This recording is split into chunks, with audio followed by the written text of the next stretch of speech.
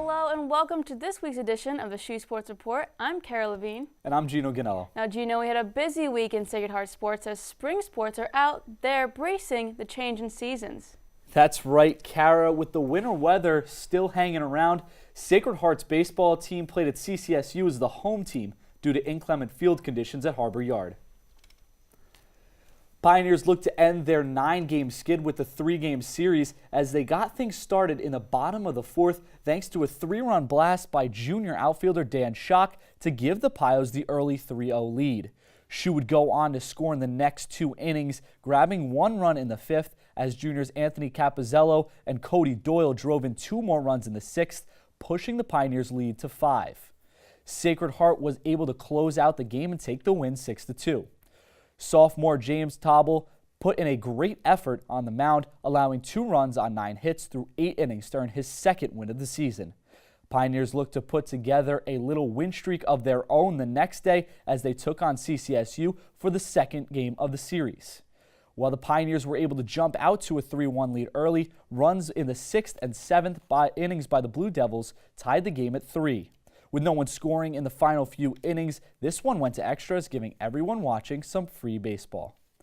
In the bottom of the 10th, junior Anthony Capizzello stepped up to the plate with runners on the corners. It wasn't a home run, not even a hit, but a sacrifice fly that would score SHU's final run and send the Pios to victory for the 2nd straight night, 4-3. Junior Alex Perry, who scored the game-winning run, went 3 for 4 with 2 triples and 3 runs scored. Unfortunately, SHU could not complete the sweep on Sunday as the Pioneers dropped a close one 2-1 despite being up 1-0 early.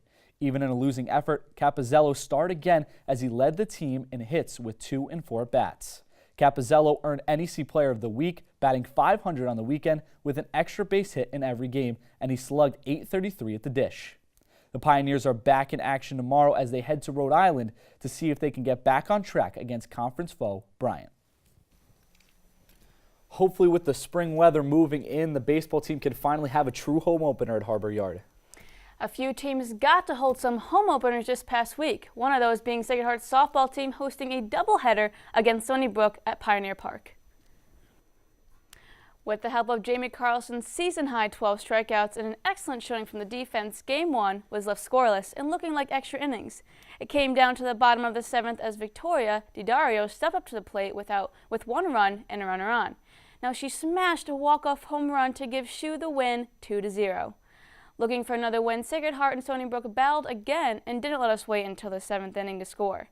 Fallon Bavino, Lauren Delgadillo, and DiDario all picked up an RBI as all Sacred Heart's runs were picked up in the bottom of the 3rd. With the help of Kristen McCain's 9 strikeouts, the Pios held Stony Brook to only 1, giving SHU the win 3-1. The Pioneers opened an NEC play on Saturday with a doubleheader at FDU. For this week's Coach's Corner, we have our very own Aaron Burrell sitting with softball's head coach, Bippy Lucky. Aaron? I'm here with head coach Bippy Lucky as we talk more on softball's 2017 season.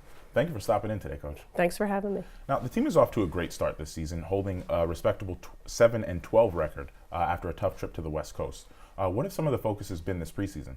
Well, I think we made a good decision going to California, and we were there for 11 days. We learned a lot about our team, and we played some really tough competition. I think we had some quality wins against Northern Colorado and University of San Diego.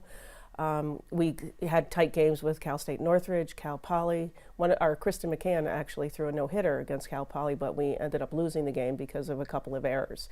So we are optimistic about the future in our non-conference and conference coming up. All right, speaking of exciting wins, you just picked up an exciting win against Stony Brook. Jamie Carlson had a season-high 12 strikeouts, and Victoria DiDario had a walk-off home run. With a couple of games coming up prior to conference play, how does the team's mindset change on playing on their home field? Well, I think that game set the tone for us. Actually, we haven't had a sweep against the same team in a long time, so the girls were really pumped about that. That was awesome when Vic ended the game with the walk-off, and Jamie has given us quality start after quality start. She actually has 5 wins this year. She only had 5 all of last year. So we're definitely optimistic about what she's going to do and what Vic is going to do for the rest of the season. Conference play starts up this weekend as you take on Fairleigh Dickinson in a doubleheader. How does the team feel starting up conference play? I think they're confident. They're excited. I think we have a lot to prove. We were picked 7th out of 9 teams in the league. You know, and especially the seniors, they look at that and they say, you know, we have to get to that tournament. So I think they're driven. The seniors have provided great leadership for our, you know, team, and you know, we have a quality team. We have quality defense. Our pitching is outstanding. We just have to get those timely hits with runners on base. All right, well, that's all the time we have. We want to thank you for stopping in and catching us up on the team. Thank you. All right, we'll send it back over to you, Adam, in the update corner. Thanks, Aaron. To start off this week's Update Corner, Sacred Heart Women's Equestrian competed in the Western Semifinal Championship at St. Andrews University over the weekend. Equestrian finished 6th overall in the semifinals, while Abigail Williams started us off with a 6th place in team rating and receives honorable mention in the individual open rating. Victoria Caputo placed 4th in team novice horsemanship, while Tori Scoggin-Gilo and Michelle Johnson placed 5th in their respective events. Equestrian is back in action for the IHSA Hunt Seat Regional Championships April 1st. SHU Women's Golf tied for 14th in the Kinsmill Intercollegiate Tournament in Williamsburg, Virginia, earlier this week. The team totaled 938 overall, tying for the with their NEC foe Wagner. Ellen Nyber led the Pioneer scoring group at 9 over par to tie 10th overall. Women's golf is back on the green April 2nd and April 3rd for their Wagner Seahawks Spring Invitational. Both track and field teams started their outdoor seasons with home openers over the weekend. The men's track and field team finished 3rd overall. In the men's 1,500 meters event, Trevor Guerrera placed 1st, shortly followed by Connor Rogue, who took 2nd. In the men's mile, Scott Curtis placed 2nd with a new personal best of 4 minutes and 41.58 seconds. In the 3,000 meters event, Timothy Lohner took 4th with a time of 8 minutes and 45.88 seconds. For the women's track and field team, they finished 2nd annual Monmouth season opener in 2nd place. In the 200 meters event, Kayla Lawrence placed 2nd with a time of 25.72 seconds.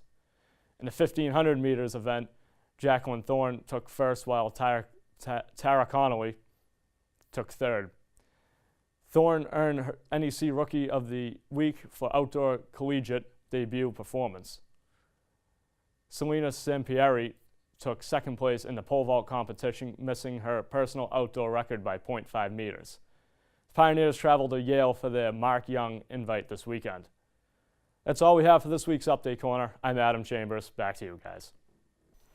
Thanks, Adam. Now, Gino, I can't believe it is almost April and we're already underway for conference play in lacrosse. You're right, Kara. Time really is flying by, and for the men's lacrosse team, they had their 2nd game of conference play already last Saturday as they hosted Hobart in the annual Face-Off for a Cause game.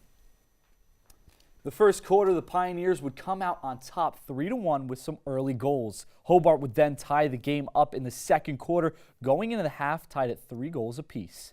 Despite the low-scoring first half, though, both teams would pick it up coming out of halftime. Pioneers, who scored 3 goals in the first 10 minutes, extended their lead 6-3.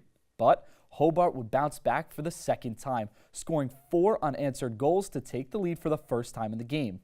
With just 56 seconds left in the 3rd quarter, though, SHU's senior midfielder Brian Massey picked up his 2nd goal of the game to tie it up 7-7. Then, just 35 seconds into the final quarter, sophomore midfielder Max Tuttle would pick up his 2nd goal of the game as well to put the Pioneers up 1, and there was no looking back from there as SHU finished off Hobart and picked up an important victory 8-7. Ryan O'Donohue earned NEC Defensive Player of the Week, while Brooks Dutton earned Co-Rookie of the Week for their stellar performances in the win against Hobart. Now, with the conference win under their belt, the Pioneers head down to Maryland on Saturday to take on Mount St. Mary's, looking to raise their conference record above 500 for the first time this season. Now, women's bowling had quite a weekend as they stormed their way through the NEC tournament to the championship game. This past Sunday, the Pioneers took on the Fairleigh Dickinson Knights at Howell Lanes. The Knights started off by winning the first game 202-190.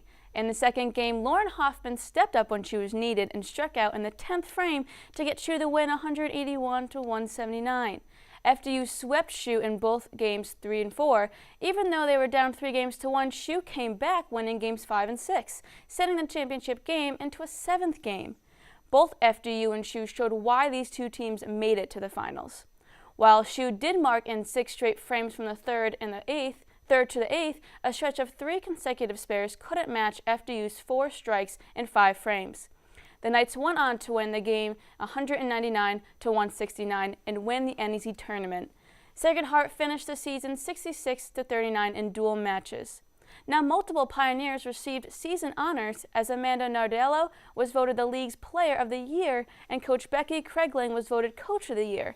Sacred Heart had 3 players named All-NEC First Team, with Sarah Rhodes and Lauren Hoffman joining Nardello. Amanda Tyrell was also named All-NEC Second Team. From all of us here at the SHU Sports Report, we are proud of their accomplishments and the run they made in the NEC tournament.